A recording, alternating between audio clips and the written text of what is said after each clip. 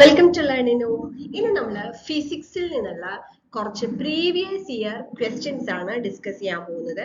ഓരോ ചോദ്യം ശ്രദ്ധിച്ച് കേൾക്കുക, അതുമായിട്ട് റിലേറ്റ് ചെയ്തിട്ടുള്ള പോയിന്റ്സും പറയുന്നുണ്ടാവും, അത് നോട്ട് ചെയ്ത് വെക്കുക.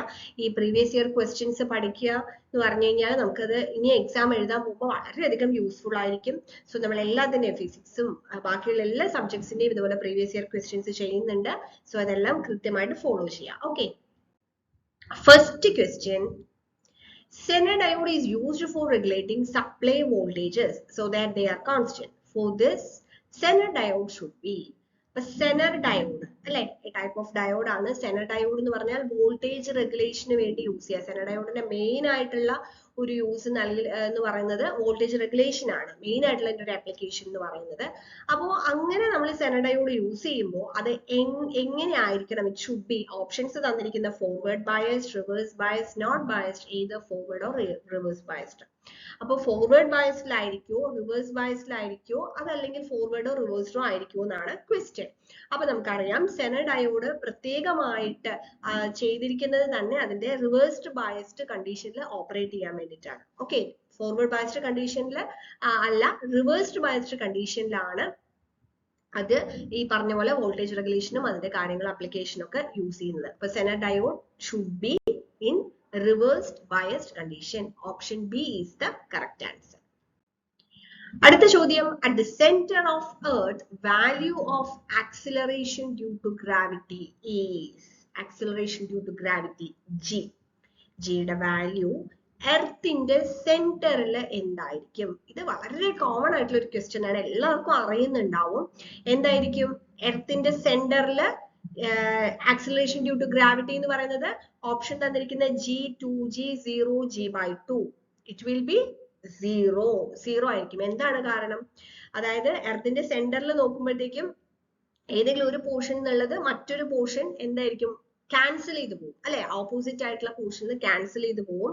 അപ്പൊ അതുകൊണ്ട് തന്നെ acceleration due to gravity at the centre of earth എന്തായിരിക്കും? സീറോ ആയിരിക്കും.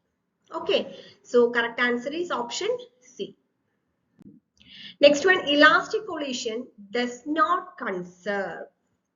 ഇപ്പോൾ പലതരത്തിലുള്ള കൊളീഷൻസ് ഉണ്ട് അല്ലെ? ഏത് ടൈപ്പ് ഓഫ് കൊളീഷൻ ആണെങ്കിലും മൊമെന്റം അവിടെ കൺസേർവ്ഡ് ആയിരിക്കും. പ്രത്യേകം ശ്രദ്ധിക്കുക, ഏത് ടൈപ്പ് ഓഫ് കൊളീഷൻസ് ആണെങ്കിലും മൊമെന്റം കൺസേർവ്ഡ് ആയിരിക്കും.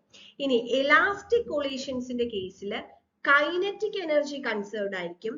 ഇൻഇലാസ്റ്റിക് കൊളീഷൻസ് ആണെന്നുണ്ടെങ്കിൽ കൈനറ്റിക് എനർജി കൺസേർവ്ഡ് ആയിരിക്കില്ല. ഓക്കെ, അപ്പൊ ഇവിടെ നമുക്ക് ചോദിച്ചിരിക്കുന്ന ഇലാസ്റ്റിക് കൊളീഷനിൽ ഡസ് നോട്ട് കൺസേർവ് ഏതാണെന്നാണ്. ഇപ്പൊ total energy, kinetic energy, linear momentum, potential energy. അപ്പൊ എന്തായാലും മൊമെന്റം കൺസേർവ്ഡ് ആണെന്ന് പറഞ്ഞു ഓൾ ടൈപ്പ് ഓഫ് കൊളീഷനിൽ. അപ്പൊ അതല്ല, പിന്നെ ടോട്ടൽ എനർജി അതും കൺസേർവ്ഡ് ആണ്. പിന്നെ വരുന്നത് കൈനറ്റിക് എനർജിയാണ്, അതും കൺസേർവ്ഡ് ആണ്. അപ്പോ elastic collision does not conserve ഏതാണ്? Option potential energy. Option D is the correct answer. Next one, which among the following has higher inertia? താഴെ തന്നിട്ടുള്ള ഓപ്ഷൻസിൽ ഹയർ ഇനേഷ്യ വരുന്നത് ഏതാണ്? Option sun, moon, earth, mercury. അപ്പൊ ഈ ഇനേഷ്യ എന്ന് പറയുന്നത് എന്തിനെ ഡിപ്പെൻഡ് ചെയ്യും? മാസിനെ ഡിപ്പെൻഡ് ചെയ്യും അല്ലെ? മാസിനെ ഡിപ്പെൻഡ് ചെയ്യും. If an object has greater mass, അതിന്റെ ഇനേഷ്യയും ഗ്രേറ്റർ ആയിരിക്കും. അങ്ങനെ വേണം നമ്മൾ അത് പഠിക്കാനായിട്ട്. ഇപ്പൊ ഇങ്ങനെ ഒരു ഓപ്ഷൻ അല്ല, വേറെ എന്തെങ്കിലും സാധനങ്ങൾ തന്നിട്ടാണ് അതിൽ ഹയർ ഇനേഷ്യ ഏതിനാണ് അല്ലെങ്കിൽ ലോവർ ഇനേഷ്യ ഏതിനാണെന്ന് ചോദിച്ചാൽ നമ്മുടെ മനസ്സിലേക്ക് വരേണ്ട പോയിന്റ് എന്താണ്? If an object has greater mass, the inertia will be greater. അപ്പൊ ഇവിടത്തെ കേസിൽ sun has more mass than earth. അപ്പൊ സണ്ണിന്റെ ഇനേഷ്യ ആയിരിക്കും അല്ലെങ്കിൽ ഹയർ ഇനേഷ്യ വരുന്ന ഏതിനായിരിക്കും? Sun. Option A is the correct answer. Next one, the phenomenon explained by the transverse wave nature of light. Light in the transverse wave nature explain ചെയ്യുന്ന phenomenon ഏതാണ്? Dispersion, diffraction, refraction, polarization. വളരെ clear ആയിട്ട് നമുക്കറിയാം ലൈറ്റിന്റെ different ഫിനോമിനസ്. Dispersion, diffraction, refraction ഇതൊക്കെ നമ്മൾ പഠിക്കുന്നതാണ്. ഓരോന്നും എന്താണെന്നുള്ളത് നമ്മൾ ഇതിന്റെ ക്ലാസ്സിൽ പറയുന്നതാണ്.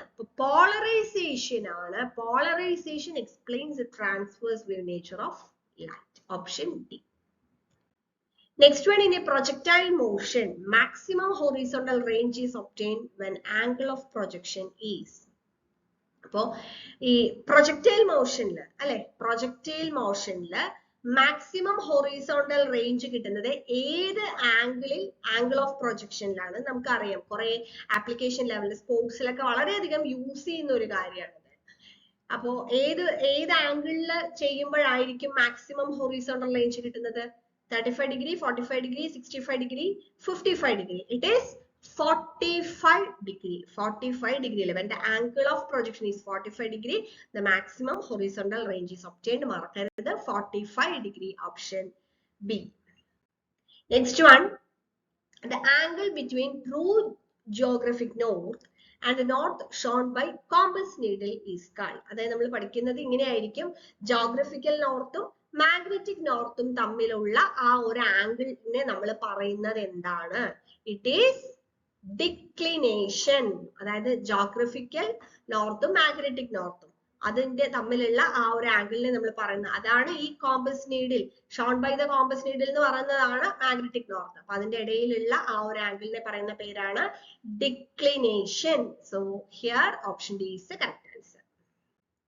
അടുത്ത ചോദ്യം, which among the following is not an SI based unit? അപ്പൊ നമ്മള് ഫണ്ടമെന്റൽ യൂണിറ്റ്സ് പഠിക്കുന്ന സമയത്ത് SI യൂണിറ്റ് പഠിക്കുന്നുണ്ട് അല്ലെ.